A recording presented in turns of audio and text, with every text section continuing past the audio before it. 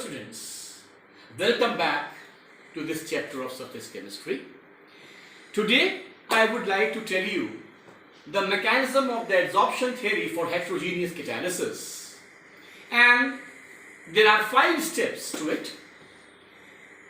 These 5 steps are that first we have a free surface, then 2 reacting species come and they react with these free spaces and they form, and adsorption takes place. After adsorption there is intermediate formation, and immediately after intermediate formation desorption occurs and the surface again becomes free.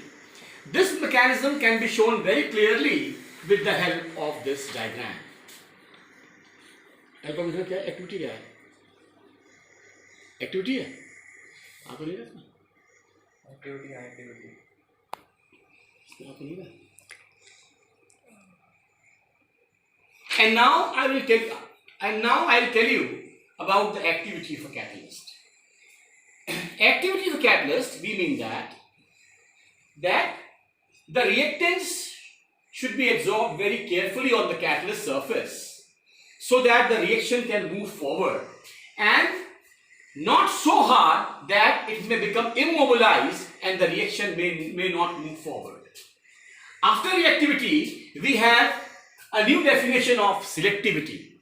By selectivity we mean that a particular catalyst will direct a particular reaction to give you that definite product. For example, I have 3 reactions. One reaction, carbon monoxide reacts with H2, the catalyst is nickel, the product is methane. In another reaction, we have carbon monoxide, again H2, and the catalyst this time is copper or zinc oxide, Cr2O3, giving you methanol. The third one is again carbon monoxide, H2, the catalyst is copper, giving you HCHO. What do you mean by this? We can say that a particular reaction, particular catalyst directs a particular reaction to give you a definite product.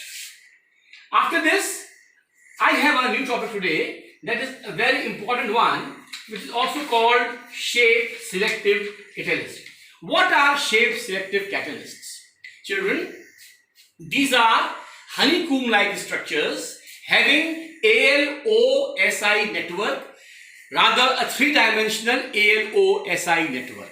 These are zeolites and they look like honeycomb. The best known zeolite is ZSM5, which converts directly alcohols into hydrocarbons through a process of dehydration as shown by this reaction.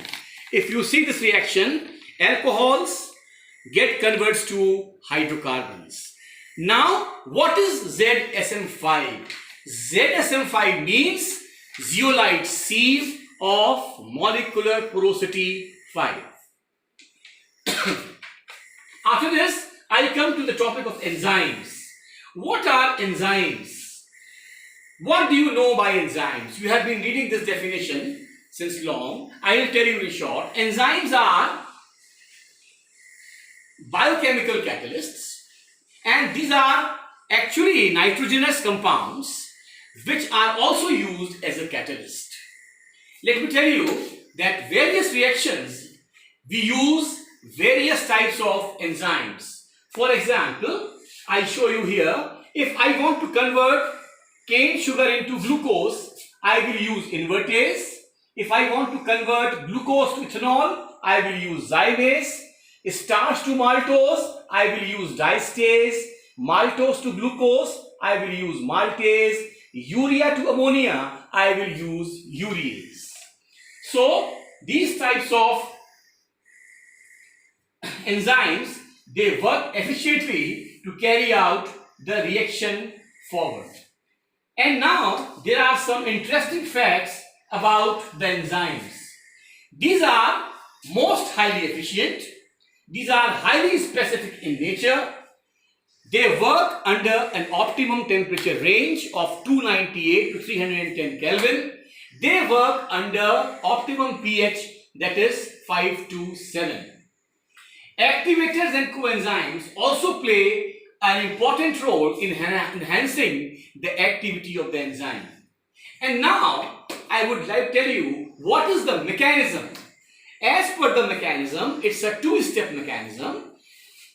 Step 1 is E plus S gives you ES star, and children, then this ES star breaks back to give you E plus B. What is E? E is enzyme, S is substrate, ES star is activated complex, and P is the product. I hope you have understood the mechanism. Let me tell you this mechanism in two steps. E plus S, you can see from here, E plus S gives you ES star, and then the ES star gives you back E plus P.